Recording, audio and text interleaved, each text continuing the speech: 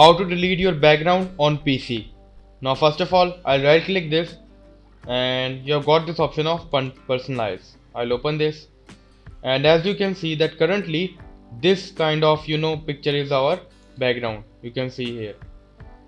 Now let's say we want to select delete this one, so we have to basically select this and it will be selected or applied to my background. As you can see that this has been applied.